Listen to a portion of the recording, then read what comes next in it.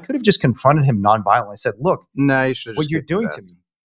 But if I had, I'm actually very, very confident that kid would have been shamed. He would have felt bad himself. That the school teachers, the other parents, the other kids in school, if I had been an effective advocate, not just for myself, but other people have been bullied by this kid, it would have changed the climate around us. It I would have doubt it. influenced other people to support me. And it might have even changed him. It might have even Well, changed him.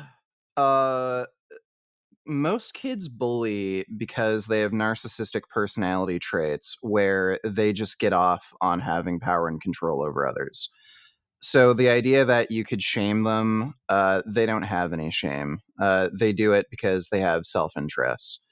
And the only thing that's going to stop them is threat of violence. I've shared the story. You might have heard of it. I almost killed a kid in grade 4. There was this kid who was trying to bully me, but he was like a lot smaller and weaker than me. So he would, I think I had a racist fourth grade teacher. She was this old white lady. And he would do things like steal my pencil case. And I wouldn't have any like pencils to do any like schoolwork. And then I'd say, he stole my pencils.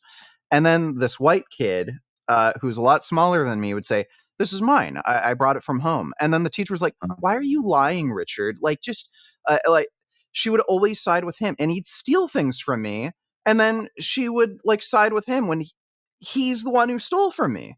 So, for whatever reason, one day, like if you ever had to go to like the principal's office, they'd have a buddy system where they'd make you to go down with like another student.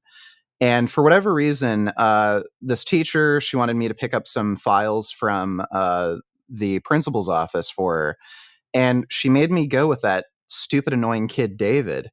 And she knew I hated him. I don't know why she did this. Maybe she just wasn't thinking. But then I thought, oh, I'm going to be alone with him. Good. So it was a 3-story building, and we were on the top floor. And we got to the stairwell, grabbed him by the throat, leaned him over the railing, and I was going to throw him down and kill him. Jesus. And if the fall didn't kill him, I was planning on just like crushing his throat or something, Wow. or suffocating him. And he was begging and pleading for his life and saying, "No, don't throw me down." And the only reason I didn't throw him down was because I guess my frontal lobe started working, and I was thinking, can I get away with killing him? Because I was thinking of making a story saying that he tried to slide down the railing and he just fell over. And he's not the kind of kid to do that. So I was thinking, that story probably doesn't really check out. And I also saw some documentaries as a kid about child killers. And you can actually prosecute a young child for murder under specific circumstances if you could prove there was actual adult-like premeditation, knowing ahead of time that, okay, this is wrong, but I'm going to do it anyway.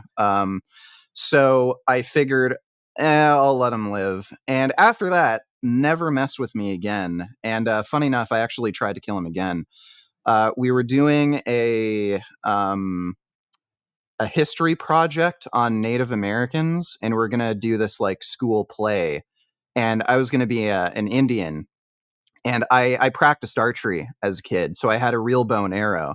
And this was before 9/11 and everything. Like a lot of people now who are in school probably wouldn't understand, but they let you bring weapons to school in elementary school. So I had a bow and arrow with real arrows and everything. And I knocked the arrow. I drew it, and I was going to shoot this kid.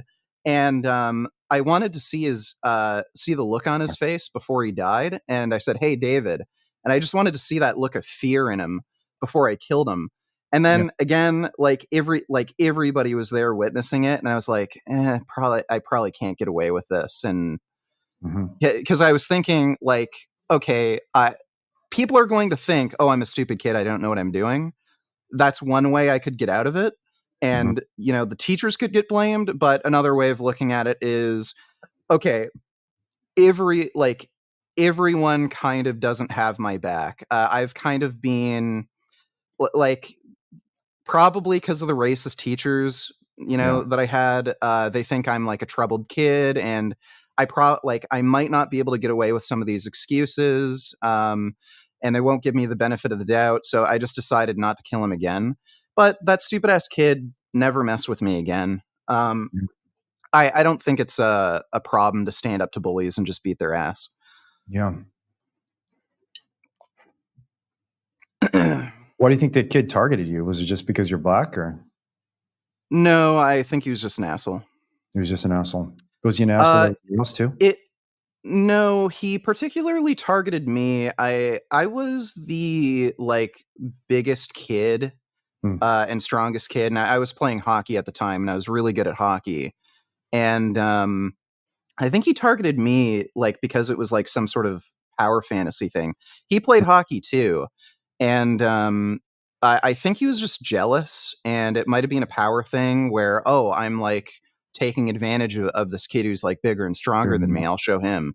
So I don't think it was a racist thing at all. I also Interesting. hated his mom. Oh my god! I remember we did a field trip, and his mom volunteered to help with a field trip. She was so annoying. Any little thing you did, she would just nag about it. Mm, I was actually thinking of pushing her onto the train tracks when we were at the subway station. I wow. couldn't stand her. Just for being annoying, Richard?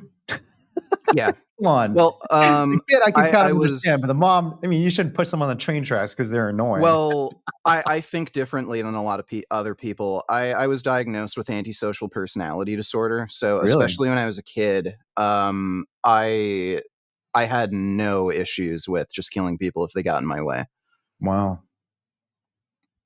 How were you diagnosed? Was it something a psychiatrist does? It was recently, yeah. I was going to a psychiatrist for treatment of depression and Mm, mood disorders, and she diagnosed me with antisocial personality disorder.